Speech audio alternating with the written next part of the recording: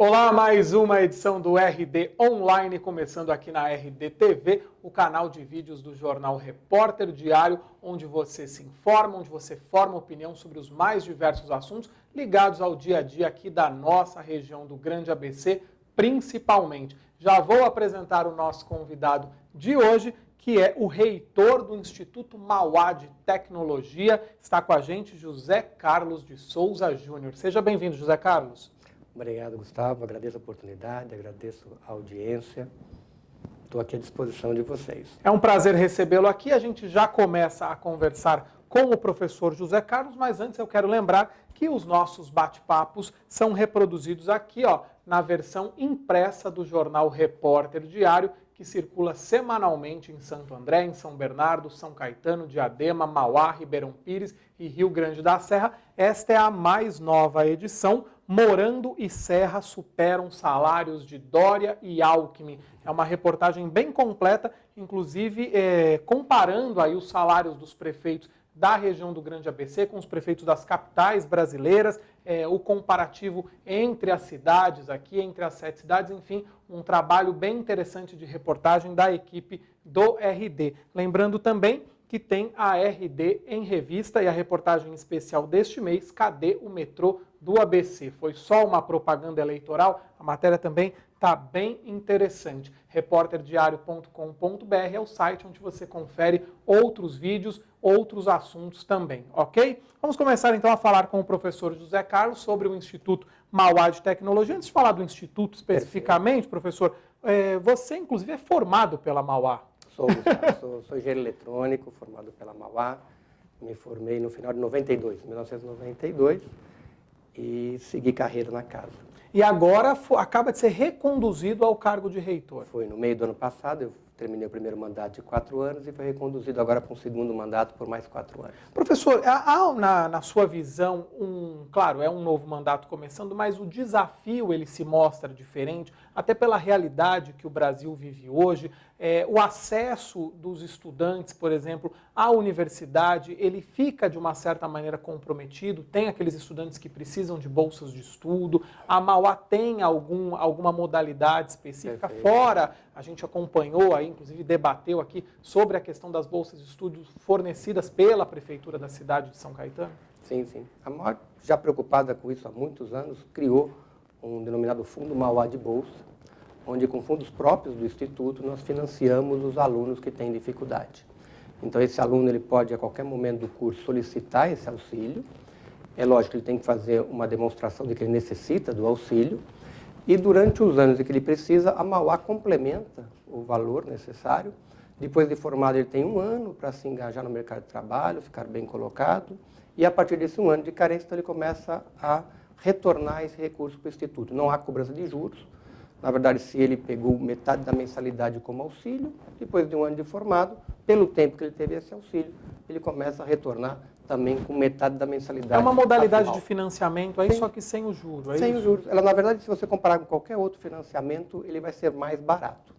Então, vários colegas meus, eu lembro até na época que estudava, e hoje muitos alunos fazem uso desse recurso da Tem Mauá. algum critério específico para conseguir esse benefício? Como nós temos um fundo limitado, obviamente, quando ele faz a proposta ao fundo, ele entrega uma série de documentação mostrando a situação financeira dele. Se tem uma situação financeira muito boa, você não vai conseguir, você não vai dar a mesma porcentagem de bolsa do que você dá para alguém que tem uma situação pior. Né? É o critério social que prevalece. Social, exatamente, Tá. exatamente. Professor, e como que ficou essa situação com relação, claro, aí no caso o recurso não é da Mauá, é um recurso repassado pela prefeitura, com relação a bolsas de estudo da Mauá?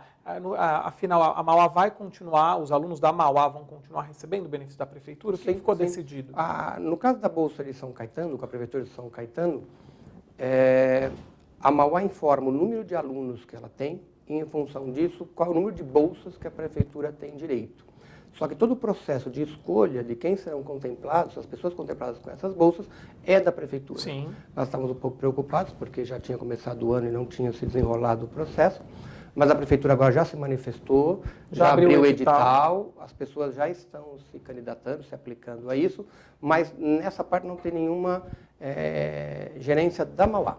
Todo o processo é feito pela prefeitura e ela nos informa, então, quais serão os alunos que têm direito à bolsa e qual porcentagem de bolsa que cada um vai ter. Se você quiser dar mais informações sobre esse assunto, aqui no nosso canal de vídeos mesmo, no próprio YouTube, você pode encontrar o bate-papo com a professora Janice, que é a secretária de Educação de São Caetano, Sim. Fala sobre esse assunto. Nós também tivemos uma conversa com o reitor da USCS, Marcos Bassi, também falando sobre esse assunto. Então, há maneiras aí de você se informar. Na ocasião ainda não estava decidido se a Mauá seguiria contemplada ou não, Sim. mas tem a questão do AEC, o Auxílio Educacional Complementar para os alunos que moram em São Caetano e precisam estudar fora da cidade porque a cidade não oferece o curso. Isso sim segue aí em análise, segue suspenso, mas há formas de você se inteirar mais sobre esse assunto em nosso canal de vídeos. Aqui a gente entendeu a situação da Mauá, né, do Instituto Mauá de Tecnologia. Um aspecto importante não é que a Mauá recebe um recurso da prefeitura, não.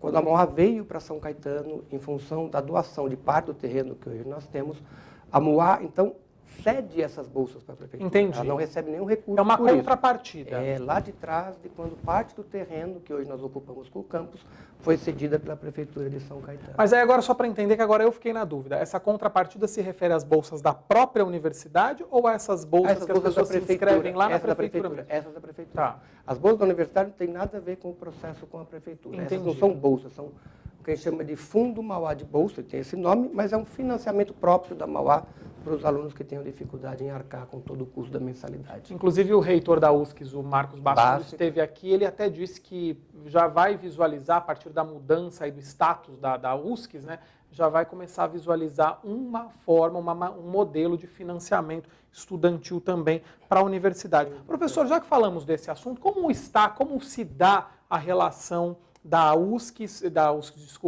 do Instituto Mauá de Tecnologia com a Prefeitura de São Caetano, se é que existe algum tipo aí, talvez de parceria também, sim, eu digo até de algum projeto que envolva a cidade, e não só São Caetano, outras prefeituras, porque o Instituto Mauá está num ponto até estratégico, bem na divisa de São Caetano com São Bernardo, pouquíssimos metros tem Santo André, e São Paulo. E São Paulo, então de repente poderia se pensar em projetos que beneficiassem esses municípios. Existe algo nesse sentido? Existe, sem dúvida. Por exemplo, a nossa disciplina de urbanismo, que antigamente era feita usando um plano diretor genérico, hoje é feita usando o plano diretor de São Caetano. Então, os alunos estudam o caso da cidade. O nosso pessoal do Enactus, que é um grupo de empreendedorismo social, durante o ano passado, desenvolveu um trabalho junto à Cooperativa de Catadores de São Caetano. Nós temos um trabalho junto à Prefeitura de São Caetano também, no que diz respeito a nosso pessoal, principalmente de engenharia de produção, visitar pequenas indústrias na região e levar as novas tecnologias, novas formas de gestão para essas empresas. O pessoal nosso Secretaria de Desenvolvimento da Prefeitura também conversa bastante com a gente. Com São Bernardo, nós temos uma relação muito boa com os APLs, né? A gente participa ainda de vários APLs. Os arranjos produtivos locais. Exatamente, né? Santo André também temos relação. A Mauá nisso é muito aberta. É que eu estava colocando há pouco para você, antes de começarmos. A gente gosta de colocar tecnologia no campus, criar o que a gente denomina por Smart Campus, e aí convidar as prefeituras para verem essas tecnologias em ação e enxergarem como ela pode ser levada para a sociedade e aí sim acarretar num bem para a comunidade. Seria a mini cidade, o campus da universidade, para um teste do que pode ser aplicado nos municípios mesmo, é Exatamente. isso? É o que o pessoal hoje, nessa febre de startups, chama de POC. É uma prova de conceito, né? Então você faz isso no campus, que é uma mini cidade, e a partir desse momento você consegue depurar o que precisa ser depurado, já dá um amadurecimento na ideia, e aí você leva para dá um exemplo do que pode ser testado ou já foi testado dentro do campus e pode ser levado para uma cidade. Por exemplo, hoje no campus... A gente falava, já que você mencionou aí o nosso bate-papo nos bastidores, antes da gente começar aqui ao vivo, a gente falava de começar a gravação, a gente falava das enchentes, né? Da questão aí da limpeza das bocas de lobo. Exato. Hoje você consegue, por exemplo, fazer monitoramento de bueiros para saber se estão entupidos ou não. Né? Hoje você consegue, com sensores muito baratos, fazer uma predição meteorológica básica que poderia dizer para você, olha, eu prefiro que o caminhão de lixo passe naquele bairro, porque se chover e eu não tiver recolhido o lixo, esse lixo vai para o bueiro e entope o bueiro. Então são coisas todas que a gente consegue fazer no campus, testar no campus e aí leva para um bairro primeiro e depois para a cidade. Mas a tecnologia denominada por internet das coisas, que você leva para que é o que a gente domina por smart cities hoje, consegue trazer muito valor, principalmente para a gestão das cidades. E eu acho que seria tão bom se essas nossas cidades, primeiramente, pudessem absorver tudo isso. Né? Porque nesses nossos novos tempos, e os alunos, no caso de uma instituição como a Mauá, tão antenados, aí, tão à frente no que se refere à inovação, à tecnologia, Sim. até com a participação em feiras e lançando tantos projetos, saindo à frente. E nós temos uma preocupação muito grande de levar problemas reais para esses alunos resolverem. Né? Então, quando nós conseguimos, ou seja, com o poder público, ou com empresas, trazer problemas reais para serem resolvidos pelos alunos, isso agrega dentro da formação desse aluno algo que não é tão fácil de ser mensurável, porque em vez de estar resolvendo um problema teórico que você cria, não, tem tanta gente precisando de resolver problemas reais, a gente traz isso para dentro do Instituto. Já tem uma otimização toda aí. Sim. Professor, na legislatura passada, na Câmara de São Caetano, foi aprovada até, a gente falou de plano diretor, uma mudança no zoneamento ali do bairro, né, do bairro Mauá, Sim. e se falou de uma ampliação do Instituto Mauá. Essa ampliação vai ocorrer? O que tem de novidade nesse sentido? Não é bem o campus precisa de uma ampliação? Uma ampliação. Nós estamos em construção de um bloco novo, de um prédio. É um prédio com 5.000 metros quadrados de área, todo ele para laboratório. A Mauá se caracteriza muito por essa questão de laboratório, de hands-on, mas isso não vai impactar necessariamente no aumento de alunos. A ideia, na verdade, é melhorar as condições de ensino para a comunidade que nós temos. Isso, então, tem a ver com a modernização dos laboratórios, que eu posso até informar que a gente tem um valor de investimento de 30 milhões de reais. É um projeto ousado de modernização. Exato. Nós acreditamos que, embora se fale muito de crise, e é importante que a crise existe, mas é na crise que você deve fazer o investimento para estar pronto para quando essa crise for. Tira o S, vira CRI e vamos em frente. Exatamente. Ele criar. Então, a questão do novo prédio, não é ele que consome todo esse valor, estão sendo reformados vários blocos também, quebrando paradigmas que existiam dentro daqueles cursos compartimentalizados, aqueles cursos que não conversavam entre eles. Hoje, esses laboratórios são criados para que os vários cursos se conversem e você, dessa conversa, crie um ambiente de inovação, de empreendedorismo, que é muito mais rico. Você vai ter soluções muito mais... Vamos supor que você quer... Já tem um networking na universidade. Você tem que ter isso, é importantíssimo esse networking, né? Mas vamos supor que você quer, só para retomar o nosso ponto, eu quero monitorar os bueiros. Uma coisa é a solução técnica do sensor que monitora o bueiro. Outra coisa é o design disso para ser instalado facilmente, para suportar as condições de intempéries que eu vou ter lá, de chuva, temperatura. Outra coisa é o modelo de negócio, como é que eu faço isso aí funcionar? Então, essa questão de você juntar a engenharia, o design e a administração para ter uma solução e que esse ambiente compartilhado cria, ele tem um valor que vai além do valor convencional dos cursos. Agora, essa convergência, por meio dessa convergência aí dos cursos, eu posso entender que não necessariamente a engenharia é hoje o... Claro, é o que mais chama atenção pela história da Mauá. Sim, é o carro-chefe, vamos dizer assim. É o carro-chefe ainda, mas não é o único foco hoje do Instituto. Não, porque a engenharia se complementa do design e da administração. O design e a administração, eles vieram enriquecer a engenharia, né? Uma coisa é eu fazer um produto que tecnicamente é muito bacana, outra é um produto que tecnicamente é bacana, mas também é bonito. Né? É fácil de ser... Porque quando você fala em ergonomia, em experiência do usuário, você está extrapolando o conhecimento convencional da engenharia. Você está trazendo muito do design. Do design. Quando você cria um produto, mas mais do que um produto, você cria um novo modelo de negócio, você fala, não vou mais vender o produto, eu vou vender o serviço. Aí está trazendo muito forte a administração para isso. Então, a gente tem que quebrar um pouco essa ideia de que a inovação só está no produto. A inovação, às vezes, também está no processo. Como você comercializa, como isso chega à sociedade, como isso impacta as pessoas. E hoje são 11 cursos, 9 na área da engenharia, design e administração, totalizando 4.500 alunos, isso? Exatamente. Desses 4.500, 4.000 nos cursos de graduação e aproximadamente 500 nos cursos de pós-graduação. Professor, vamos falar um pouquinho então das novidades para esses alunos e de repente o vestibular é anual, mas quem ao final desse ano pretende ingressar e concorrer a uma vaga na Mauá, algumas novidades, inclusive uma efetivada agora recentemente, um intercâmbio, um projeto de intercâmbio com a STB, é isso?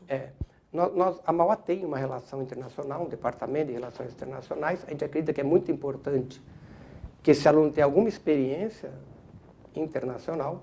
E para auxiliar nesse processo de internacionalização, nós temos hoje um posto do STB, do Student Travel Bureau, dentro do centro universitário, dentro do centro acadêmico da escola. E esse acordo com o STB, ele vem no sentido de que o STB tenha produtos que atendam melhor aos nossos alunos, né? O que eu quero dizer com isso? Nós temos alunos hoje, por exemplo, que vão para a Disney, ou vão fazer uma viagem de passeio para fora. Ele não precisa ficar 4 semanas na Disney, ele pode ficar 3 e ele faz um curso na última semana. Ou ele pode fazer um curso pela manhã e esquia à tarde, ou faz um curso de fotografia à tarde. A gente já plantar nesse aluno a visão de que não precisa ser só diversão. Eu não tenho recursos para ir para a Europa. Poxa, mas tem excelentes universidades na Argentina que você pode passar uma semana a um custo muito mais baixo. Então, criar esse portfólio de produtos que atendam tanto aquele aluno que tem mais condições, que quer ficar 2 anos fora na Europa, quanto aquele aluno que tem um poder aquisitivo menor, mas que pode ir para a Argentina ficar. Digo Argentina, não por demais, mas é porque é aqui do lado, é muito mais próxima. E ele vai ter uma experiência internacional tão rica quanto. Então, criar esse tipo de oportunidade para a gente é importante. E o Student Travel Bureau topou esse desafio de criar essa linha de produtos. Aliás, professor, você falou da Argentina, eu já ia até comentar, porque dentro desse departamento, vamos dizer assim, de parcerias internacionais que a Mauá já tem, aí no caso não tem a ver com o intercâmbio, com essa parceria firmada com a STB, mas já existiu uma troca de experiências com universidades de outros países. E aí eu queria que você falasse um pouco para a gente sobre quais países, eu sei que a Argentina está nesse meio aí, mas eu queria entender se esses países eles são escolhidos devido ao fato deles já despontarem nesse cenário da engenharia, do design, da administração, eles já estarem bem colocados, bem ranqueados nessa área, que a Mauá também atua. Tá. Esse processo de internacionalização, ele recebeu uma força muito grande por causa do Ciência Sem Fronteiras. A Mauá enviou muitos alunos para o Ciência Sem Fronteira. Em números absolutos, se você comparar com outras universidades, você até pode achar que eram poucos. Nós não estávamos nos topos do ranking, porque os rankings traziam números absolutos. Agora, quando você faz lá em porcentagem de alunos nossos que estiveram no programa de Ciência Sem Fronteiras, nós estaríamos nos topos do ranking. Praticamente 5% dos nossos alunos usufruíram do Ciência Sem Fronteira. Que foi paralisado agora, né, pelo governo. Já antecedendo essa situação, a gente, a partir desse programa de Ciência Sem Fronteira, foi criando ligações com as universidades e fazendo amarrações para que, uma vez terminado, que a gente acreditava que realmente ele não ia durar eternamente, nós já construímos esses laços para que os nossos alunos pudessem depois aproveitar. Então, hoje, Japão, Alemanha, Inglaterra, Espanha, Portugal, Estados Unidos, Chile, Argentina, Irlanda. Nós temos vários programas que você pode ter desde uma dupla graduação. Então, o aluno nosso de design, por exemplo, ele pode ir para o Waterford Institute na Irlanda, faz 2 anos lá, volta, ele tem o diploma da Mauá e tem o diploma do Waterford. Nossa, de graduação. De graduação. O nosso aluno de administração, ele vai para a Delmonfort University, que fica na Inglaterra, ele faz 2 anos com a gente, passa 1 ano lá, volta, ele tem o diploma de administrador no Brasil e de economista fora. Nosso aluno de controle e automação, Irlanda também, faz 2 anos lá, 1 ano e meio lá, ele é diplomado pelo Brasil e por lá. Quando nós não conseguimos a dupla graduação, que é um passo mais, é o desejo de ele ter 2 diplomas, a gente faz o que a gente denomina por study abroad. Então, ele vai, fica um período, mas na hora que retorna, ele valida os créditos que ele fez. Então, esse período que ele ficou fora da Mauá, ele não perde. Na hora que ele volta, isso é feito em comum acordo com as instituições, na hora que ele volta, a gente acredita dos cursos que ele fez lá e ele continua o curso. E além da graduação, tem para pós-graduação, especialização, tem isso também? Para pós-graduação, nós temos alguns programas mais curtos, mas não existem programas de dupla graduação em pós-graduação, né? Tem um certificado. Mas você tem módulos. Então, ele pode, por exemplo, nós temos alguns módulos que a gente trabalha com o pessoal de inovação no IEC, que é um instituto de inovação que fica em Boston. Então, a gente cria alguns módulos que os alunos podem fazer lá se quiserem. Aí você dá oportunidade, porque às vezes nem sempre na pós-graduação, ou a pessoa não tem o recurso, porque é mais caro você fazer um módulo lá, ou ele não tem ele não consegue acertar o calendário dele para ficar um período lá fora. Então, normalmente, para esses tipos de cursos, nós damos oportunidade. Ou ele pode fazer o módulo no Brasil, ou ele faz o módulo lá fora. Quem faz o módulo lá fora tem uma experiência que, infelizmente, quem faz o módulo no Brasil não tem. Mas, às vezes, é impossível a pessoa fazer um módulo lá fora por tempo ou por recurso. Sem o Ciências Sem Fronteiras, como é que vai se dar, vamos dizer assim, o custeio disso agora? Então, o que nós fazemos hoje, né? O Ciências Sem Fronteiras ajudou muito a criar esses primeiros laços. Hoje nós temos alguns formatos, por exemplo. Deixa eu só colocar um outro ponto, perdão. À vontade, importante. fica tranquilo. A internacionalização não se dá apenas você mandando alunos, você também recebe alunos. Então, muitos alunos nossos, principalmente curso noturno, é complicado o sujeito largar o emprego para fazer 6 meses em algum lugar. Mas quando você traz alunos de fora e coloca esses alunos no meio dos nossos, você também dá uma experiência de internacionalização para os nossos alunos. Então, hoje nós recebemos, a gente tem, um país que eu esqueci, perdão, França, École des Mines de Saint-Étienne. Nós temos um Braftec, nosso aluno pode se formar no Brasil e na França. Nosso aluno faz um estágio na Thales francesa, e os que nós recebemos fazem um estágio na Thales Brasil, que fica aqui em São Bernardo. Então, isso também é bastante importante. E eles voltam também com a graduação, com o diploma do país de origem e brasileiro. No caso do Braftec, que é esse convênio que nós temos com a França, né, ele até o ano passado não voltava. A partir agora do ano que vem, ele vai ter a dupla graduação. Aí ele pode ter o diploma lá se ele quiser também, uma opção dele. Como é que é feita essa movimentação? Isso é negociado caso a caso. Então, existem casos, por exemplo, em que simplesmente eu recebo um aluno, não cobro desse aluno, e a universidade lá de lá recebe o meu e não cobra do meu.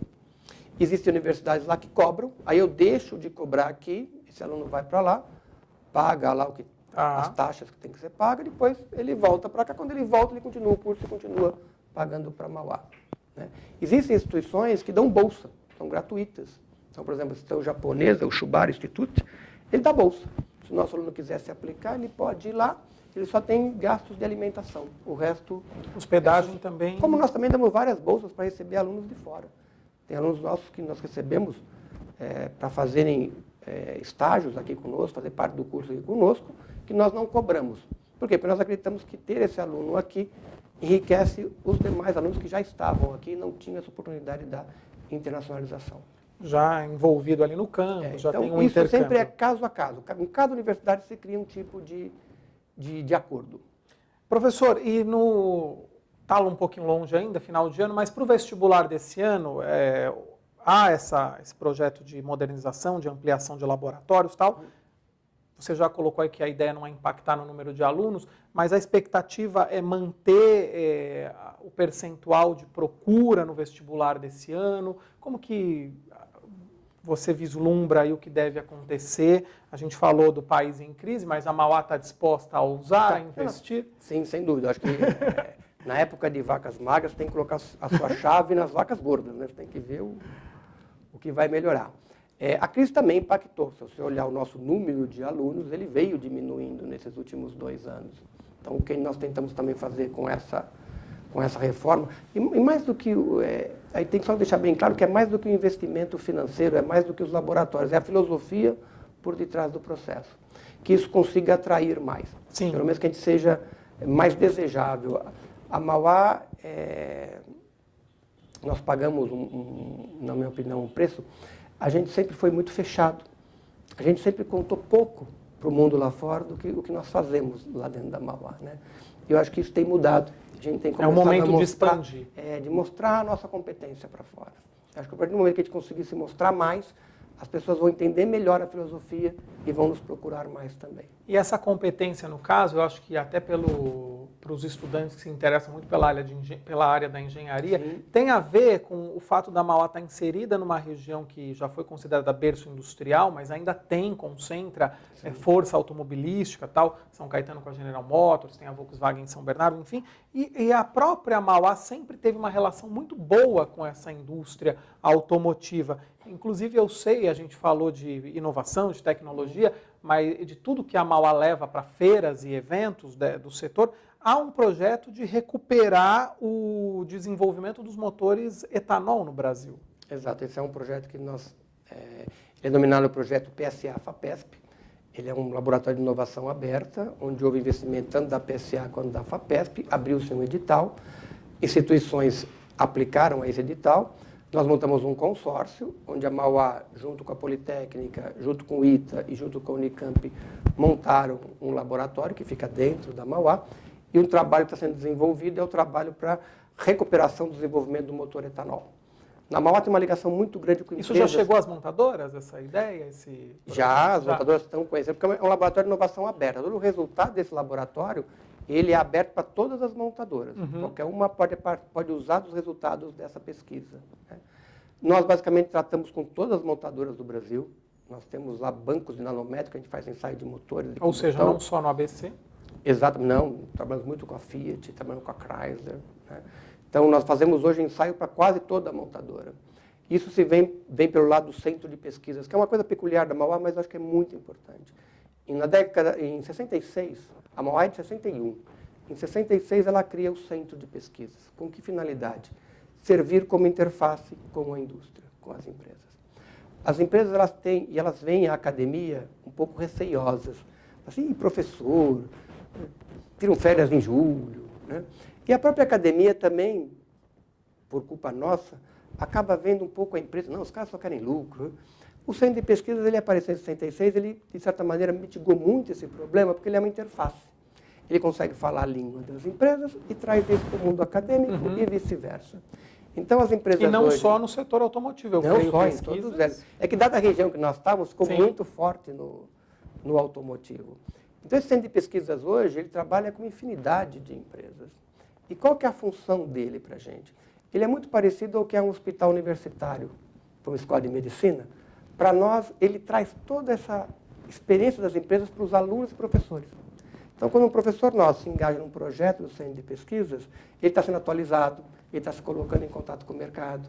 Quando um aluno entra num projeto desse, ele também está aprendendo como é que ele vai lidar com o mundo real lá fora. Eu acho que cada vez mais, professor, diante dessa globalização que a gente está vivendo e da tecnologia dos smartphones, dos celulares, enfim, a gente tem visto, e daí da criatividade mesmo que surge, a gente tem visto as empresas apostando muito no que essa juventude traz, no que essa juventude que já nasce, parece que com chip, já nasce conectada. Já nasceram do digital, né? Já São traz, não é? digitais. Isso é muito bacana, nós fazemos muito. As empresas trazerem desafio para os alunos. Eles trazem justamente a procura do novo. Porque quando você está imerso naquele seu dia a dia, é difícil você pensar fora da caixa. Agora, quando você traz um problema para esses jovens que não têm os vícios, não tem aquela pressão de resolver que você está no dia a dia. Porque a gente diz o seguinte, né, que a inovação é importante, mas pagar as coisas do dia a dia é urgente.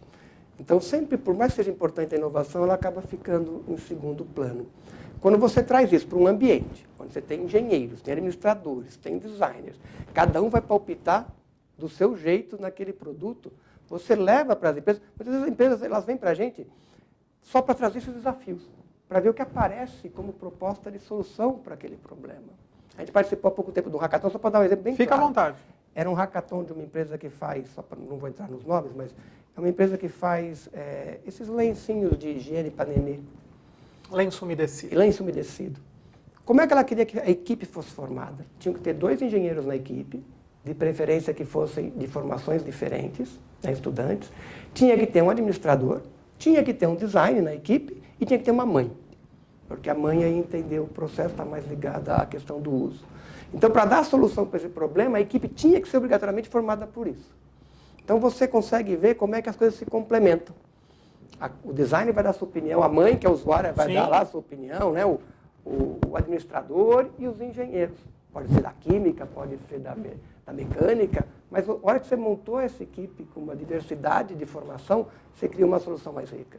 Só para não morrer o assunto, só para finalizar, eu falei do motor etanol, o Brasil parou no tempo nesse sentido? É que, na verdade, se você voltar ao começo... Tem um professor... Você falou tanto do etanol, eu vou parafrasear um colega nosso lá da Mauá, que ele disse que nos anos 80 o Brasil era o país do futuro, era tão do futuro que nós passamos pelo futuro e não percebemos. Quer dizer, o motor a etanol, que hoje é a coqueluche lá de fora, né, que é entendido como sendo realmente o passo intermediário entre o motor a combustão convencional a gasolina e o híbrido, né, e o motor elétrico. No caso do Brasil, o que nós fizemos muito na década de 80 foi fazer um motor a gasolina funcionar com etanol. Mas, basicamente, nós não chegamos a emergir realmente no problema e tirar tudo que é possível de um motor a etanol. Quando você pega os nossos motores hoje, o tal do motor flex, quando você olha ele friamente como engenheiro, qual que é o problema? Ele não tira tudo que poderia ter tirado de um motor a gasolina e nem tira tudo que pode ser tirado de um motor a álcool. Porque ele tem que ser feito do meio do caminho, porque tem que funcionar tanto com álcool como com gasolina. O que nós estamos estudando lá é de um motor a álcool. Entendi. O que eu posso tirar de máximo de um motor a álcool? E que não gere receio das pessoas que antigamente, o carro é a álcool, não. Não, hoje em dia essas... no mundo pegava de manhã, no frio. Não, hoje em dia tem tecnologia para resolver isso muito facilmente. Então, beleza. Eu quero agradecer aqui a vinda do reitor José Carlos de Souza Júnior, trazendo as novidades, os projetos, parcerias, enfim, do Instituto Mauá de Tecnologia. O José Carlos Souza Júnior é o reitor do Instituto, reconduzido ao cargo no ano passado. Eu quero agradecer. Obrigado mesmo por ter vindo, José Carlos. Agradeço muito, Gustavo, a oportunidade. Convido aos ouvintes, a audiência, também querendo conhecer o Instituto. A gente tem visitas, a gente pode recebê-los. É bacana. Muita gente passa várias vezes ali na frente e nem sabe como é dentro. Então, por favor, as portas estão abertas. Vão conhecer o Instituto, visitar os laboratórios. Pode agendar pelo site, telefone? Pode, você consegue agendar pelo 0800. É muito legal. O pessoal tem muito prazer em receber esses jovens, os pais. A gente gosta que os pais também conheçam bastante sobre a estrutura. E é importantíssimo que conheçam, né? Obrigado mais uma vez. Agradeço, Gustavo. Obrigado a você que nos acompanhou aqui em mais um RD Online, aqui na RD TV. Lembrando que a gente sempre tem vídeo novo, é só procurar em nosso canal no YouTube, também na fanpage do Jornal Repórter Diário no Facebook e no site repórterdiario.com.br. A gente se vê numa próxima com outro assunto e outro entrevistado. Valeu!